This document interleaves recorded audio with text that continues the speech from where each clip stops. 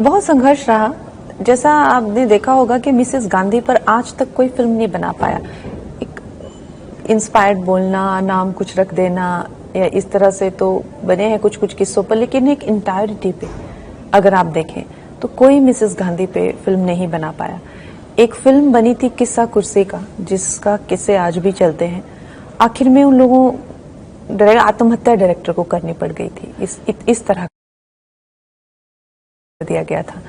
तो आज के दौर में भी एक तो सबसे पहले तो हिम्मत ही हमें तब आई क्योंकि अब जो है इस दौर में freedom of expression is there. और चाहे ठीक है हमें ये फिल्म न जाने कितने समूहों को दिखानी पड़ी, ये फिल्म की हर चीज, चाहे वो अगर आप देखें डॉक्यूमेंटेड हिस्ट्रीज हो, प्रमाण देना हो, कहाँ से है क्या सोर्स देना हो, वो हमने एक एक चीज पे हमारी फिल्म की स्क्रूटनी हुई है, एक एक चीज पे। उसको पार करते हुए, उसको लांघते हुए आज हम यहाँ पर आए हैं।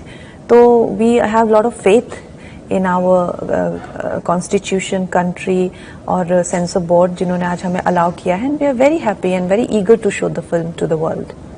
कंगना जी, जब आप एज ए डायरेक्टर इस फिल्म को कर रहे हो, एज ए प्रोड्यूसर भी कर रहे हो, बहुत सारा पैसा लगता है। कोई फिल्म बनाना कोई खाने का काम तो है नहीं, ऐसा नहीं। और आपको ये सब अंदाजा था कि इस तरह की तकलीफें हमको फेस करनी पड़ेगी या नहीं? मुझे इस बात का अंदाजा बिल्कुल नहीं था कि मुझे इमरजेंसी बनाते वक्त इतनी ज्यादा, क्योंकि मेरी फिल्म्स जो हैं अगर आप देखें इससे पहले उसी बजट में मैंने बनाई है। एक बड़ी कंफर्टेबली जो है वो मेरी फिल्म उस बजट में बन जाती थी।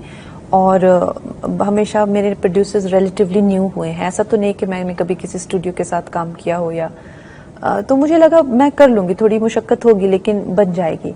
लेकिन कई चीज़ों का सामना करना पड़ा, फिर संघर्ष रहा, चाहे स्टूडियोज को लेकर हुआ हो या फंड्स को लेकर रहा हो।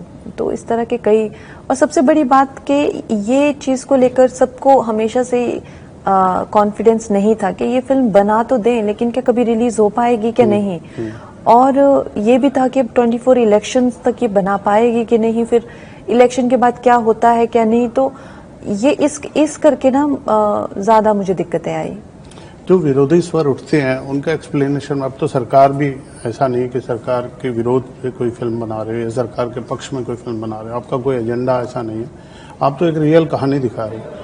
आपकी फिल्म में एक ट्रेलर में हमने देखा डायलॉग है, राष्ट्रपति जी उसका विरोध कर रहे हैं, तो राष्ट्रपति जी को भी चैलेंज किया था ये रिसर्च टीम ने रियल। हाँ बिल्कुल बिल्कुल। मतलब वो एक इंसान की जिद थी, इमरजेंसी, एक प्रधानमंत्री की जिद थी या पर्सनल एक एजेंडा था, क्या था थोड़ा सा जो ट्रेलर में दिख रहा मैं फिल्म एक्सप्लोर उस ये सब चीजें तो आप, मुझे लगता है फिल्म के लिए छोड़ देनी चाहिए आपको फिल्म देखनी चाहिए, तभी इंटायरिटी में बोलने का मतलब है नहीं। मैंने एक्चुअली ये फिल्म इसलिए बनाई है क्योंकि बहुत ज्यादा इस बात को लेकर चर्चाएं होती हैं, हमारे पार्लियामेंट में भी होती है, बाकी सोशल मीडिया पे भी होती है कि वाकई में हुआ क्या था। और बहुत सारी चीजें जो है वो बोलने भी नहीं दी जाती हैं कि एक्चुअली में माजरा क्या है, उस पे भी बहुत कि इमरजेंसी लगाई क्यों थी उन्होंने, तो वो क्या केस था, क्या हुआ था, ये सब फिल्म अब आपको देखनी चाहिए।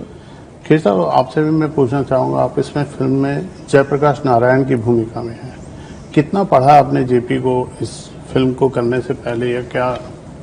मैं तो उस दौर से हूँ जिस दौर में मैं नेशनल स्कूल ऑफ ड्रामा में था, जब 1975 में इमरजेंसी लगी थी। बाकी मुझे खुद ज़्यादा रिसर्च करने की ज़रूरत नहीं पड़ी क्योंकि कंगना ने सब कुछ करके आई थी, सबका होमवर्क खुद ही करके आई थी।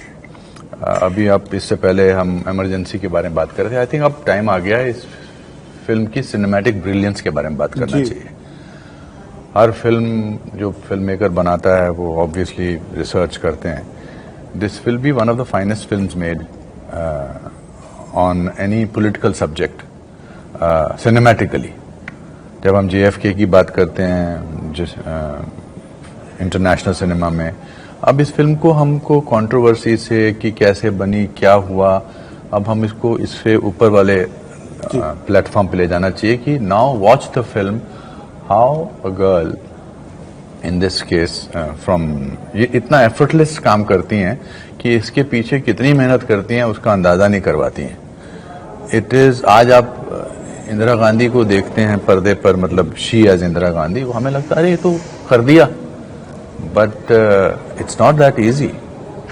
इसमें इंटरनल अप्रोच जो की है, एक्सटर्नल अप्रोच जो की है, पूरी फिल्म को डायरेक्ट करना, एक्ट करना, I think she is one of the finest directors that I have worked with.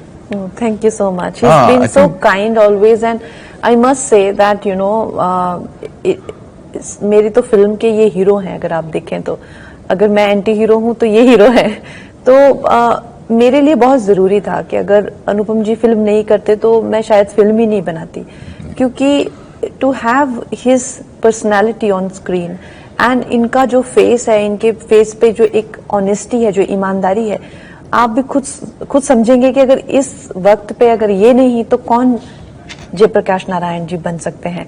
इतने वो बड़े किरदार हैं और पॉलिटिक्स में सब उनको जानते हैं, लेकिन उनको भी जो है वो एक गुमनामी के अंधेरे में धकेल दिया गया। कोई उनका अंश बाहर नहीं आने दिया, कोई जैसे और नेताओं के साथ में किया। तो ये चीज भी इमरजेंसी से हमें पता चलती है कि कैसे कैसे दिग्गज नेता हुए जिनका आज हम नाम तक नहीं जानते हैं। और वो हमारे हीरो थे।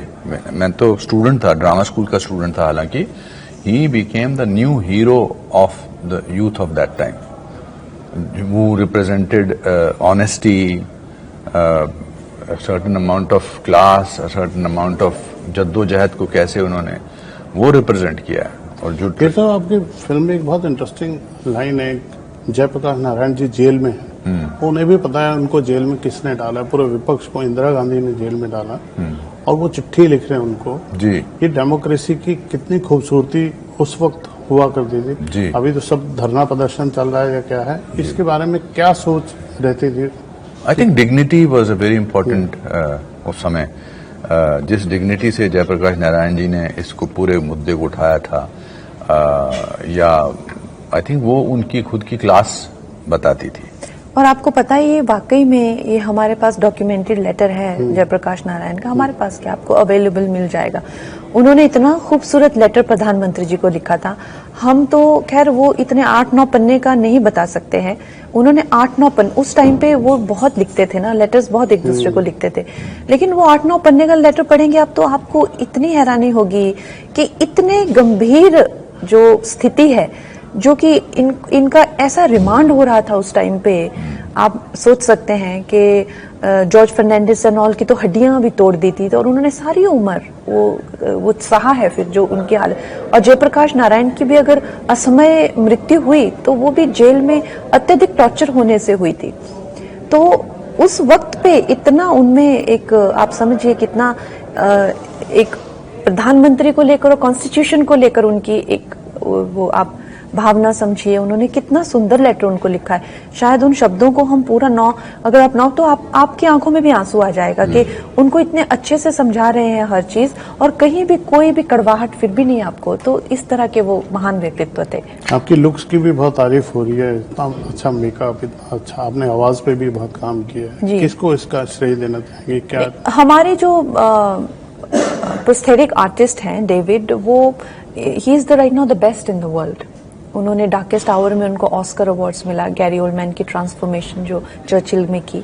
तो हमारी छोटा सा देश है, हमारे छोटे छोटे बजट होते हैं, इतनी बड़े लेवल पे हम लोग फिल्में बनाए नहीं सकते हैं, और खासकर नए डायरेक्टर्स के लिए और भी मुश्किल होता है। और फिर पॉलिटिकल ड्रामा हो या एक, जैसे मैंने कहा, एक बूढ़ी औरत की कहानी, तो उसके लिए फिर और कम। लेकिन आई वुड से कि हमने किसी भी डिपार्टमेंट में कोई भी कसर नहीं छोड़ी है। दिस इज, चाहे वो फोटोग्राफी हो, चाहे वो छोटी से छोटी चीज में, मतलब I have really got the best in the world for everything. चलिए, जो आपके फैंस ने इतना इंतजार किया, आप खुद बता दिए कब आ रही है फिल्म अभी फाइनली, और क्यों देखने जाएं? हमारी फिल्म जो है इमरजेंसी 17 जनवरी को आ रही है। ये वही इमरजेंसी है जिसकी हर जगह चर्चे होते हैं, चाहे पार्लियामेंट हो, चाहे न्यूज चैनल्स हो, चाहे पक्ष हो, चाहे विपक्ष हो। तो ये क्या माजरा था और क्या हुआ था और क्यों हुआ था और उसके बाद क्या हुआ, ये जानने के लिए 17 जनवरी को अपने परिवार के साथ जाएं। और 26 जनवरी के ही पहले का वीकेंड है, तो देश प्रेम की भावना को से भी आप ओतप्रोत हो जाएंगे जब ये फिल्म देखेंगे। सर, आप भी धन्यवाद। नहीं, मेरे हिसाब से ये ऐतिहासिक रूप से तो बहुत इम्पोर्टेंट फिल्म है ही, लेकिन सिनेमैटिक पॉइंट ऑफ व्यू से भी ये बहुत इम्पोर्टेंट फिल्म है। इन्होंने इससे पहले जितनी भी फिल्में की हैं इनका काम हमेशा अच्छा रहा है। इस फिल्म में इन्होंने डायरेक्टर, एक्टर, हमसे भी जो काम निकलवाया है और जो कलाकार इस समय यहाँ नहीं हैं उनकी तरफ से भी बोलना चाहूँगा कि this is one of the finest films you will see this year. और इसकी शुरुआत आप 17 जनवरी से करिए। इमरजेंसी थिएटर्स में देश विदेश में ये फिल्म रिलीज हो रही है, ज़रूर देखिए। चलिए,